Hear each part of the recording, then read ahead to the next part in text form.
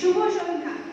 এখানে উপস্থিত সকল সদস্যদের আমার প্রণাম জানিয়ে, আমার প্রণাম আন্তরিক শুভেচ্ছা অভিনন্দন জানিয়ে আজকে আমার নিবেদন শুরু করছি।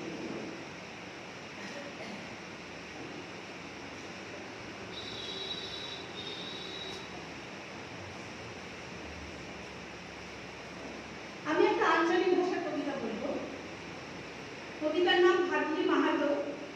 কবি হয়েছেন প্রদীপ কুমার রায়। আমার নাম ভাগলি মাহাতো। ওই গ্রামের শেষে লেগে একটা মেঠো পথ একে বেঁকে চলে গেছে ওই শহরের দিকে। আগে ছিল লাল মোড়া বিছানো, এখন অবশ্যই তাতে পিছে লেই পড়েছে। বাপটো দিন মজুরি করে, মাঠও পাড়ায় পাড়ায় ঝিগড়ি করে। সবে 8 ক্লাস লিখে 9 ক্লাসে উঠেছি। ফ্রক ছাইরে স্কুলে দিয়া নীল সাদা চুড়িদারটা গলাইছি। স্কুলের মাস্টাররা আমাকে নিয়ে গর্ব করে। মাঠও কিছুটা লেখাপড়া জানে বটে। ওই প্রাইমারির গণ্ডিটা কোনো রকম প্রায় ছিল, তাই একটু একটু লেখাপড়ার কথা বলে। মা যেখানে ঝিগড়ি করে ওই মুনির ঘরের মিয়াটা গত বছর ফার্স্ট হয়েছিল।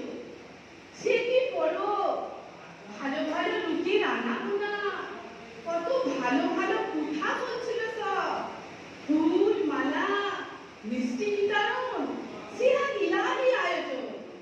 সেটা দেখে মা তো আমাকে নিয়ে স্বপ্ন দেখেছিল।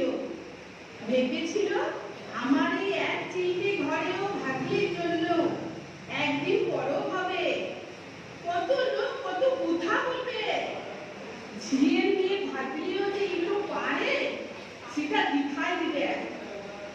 বাপ তো মুখ্য সূক্ষ্ম মানুষ, লেখাপড়ার ধার ধারে লাই। ঠাকুমাটা একদিন বললে এবার আপসটাকে বিদেয় কর। সেই শুনে বাপটা ভটকে গেল। কোথা থেকে একটা লোককে নিয়ে এসে বলল বেটিটার লিখে একটা খবর আছে। শুনে আমার মনটা গর্জে উঠেছিল।